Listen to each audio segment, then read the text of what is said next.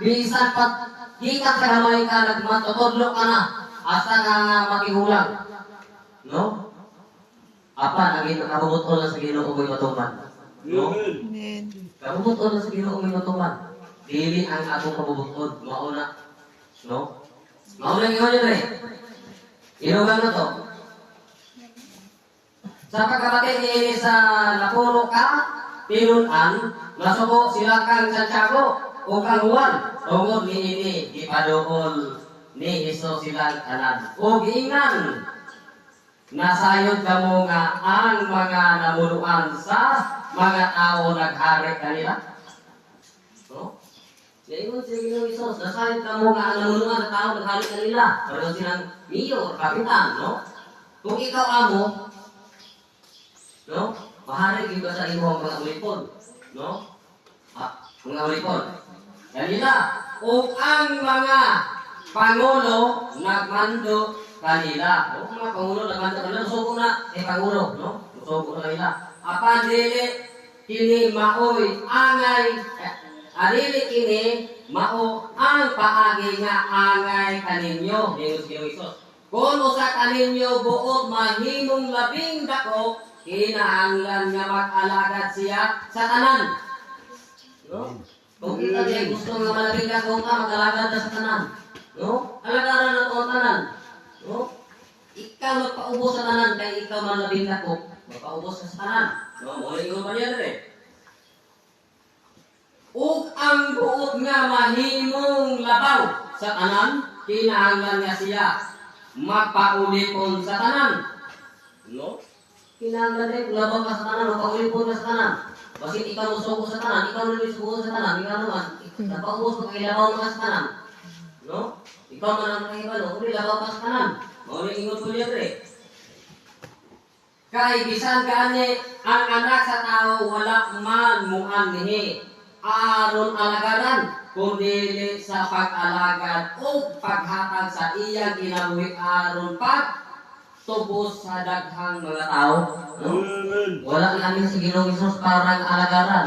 Ngunit ni amin si Ginoong Hesus para nga alagad. No? Siya gani ang Ginoo. Siya gani ang labing kamahalan ng Ginoo. No? Kaya maumaning ingon niya dali sa Juan. Isumpay na tuloy sa buhat at buhat 2:14. No?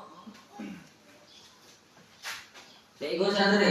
Ito si Pedro uban sa 11 ka apostolos og sa makusog, no? Og sa makusog.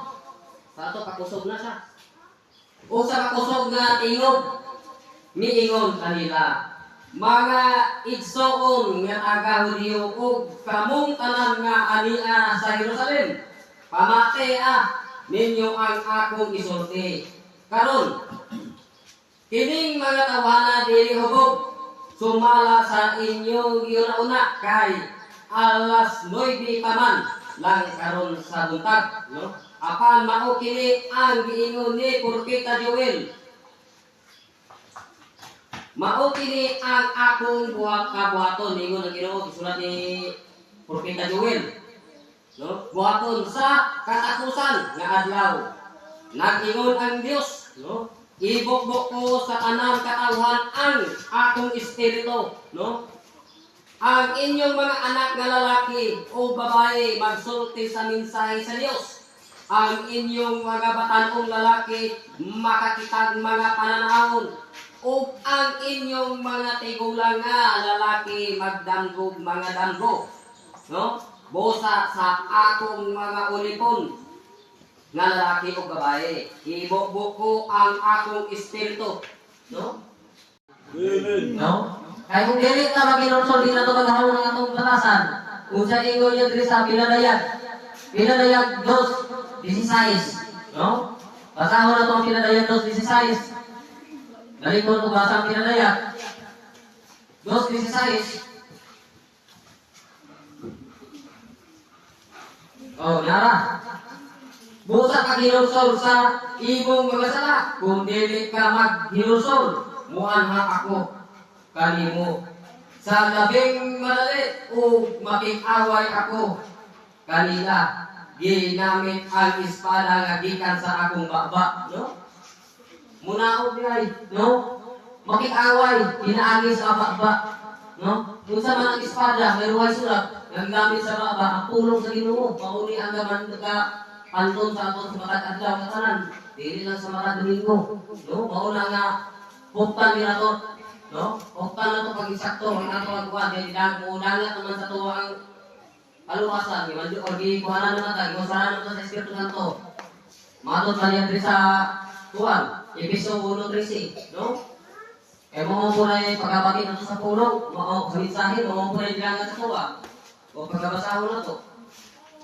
Episo 1:13. Mawaring mo nyo rin. 13. O mausap kini ang nilangat kaninyo sa pagkalungog ninyo sa matuod nga mensahe, sa maayong balita nga naghatag kaninyo kaluwasan. No?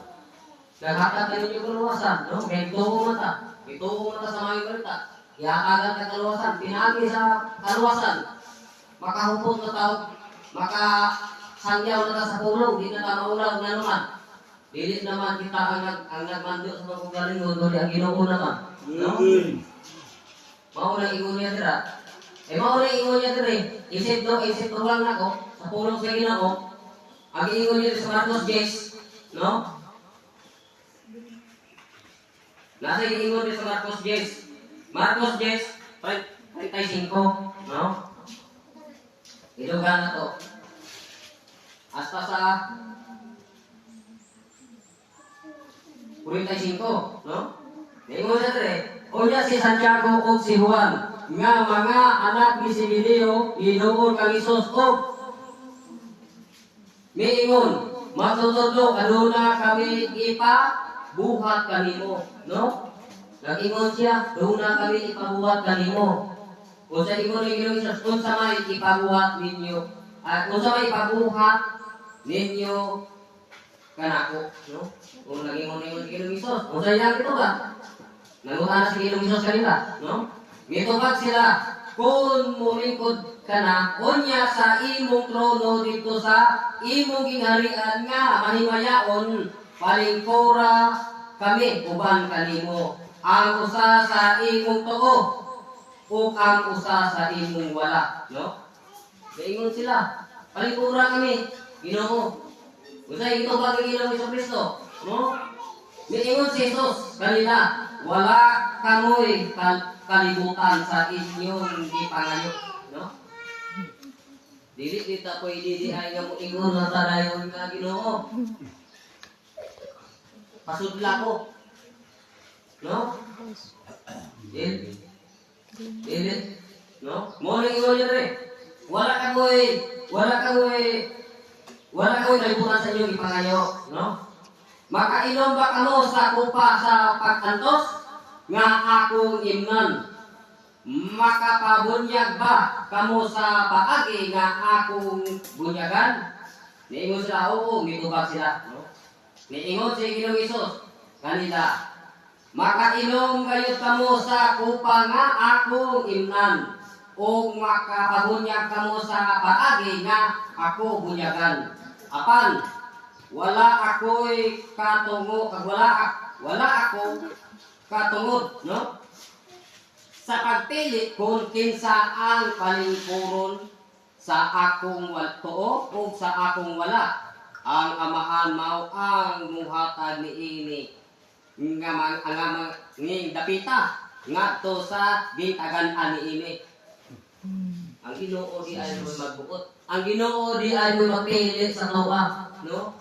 Dili di ay kita makaingon ako. Pagpatay na ako, makalingkod ko sa giharian sa langit, makasulod ko. Dili. Pagbubuton sa amahan nga nasa langit, nga ikaw pasulod sa giharian, no? Pasulod ka sa giharian.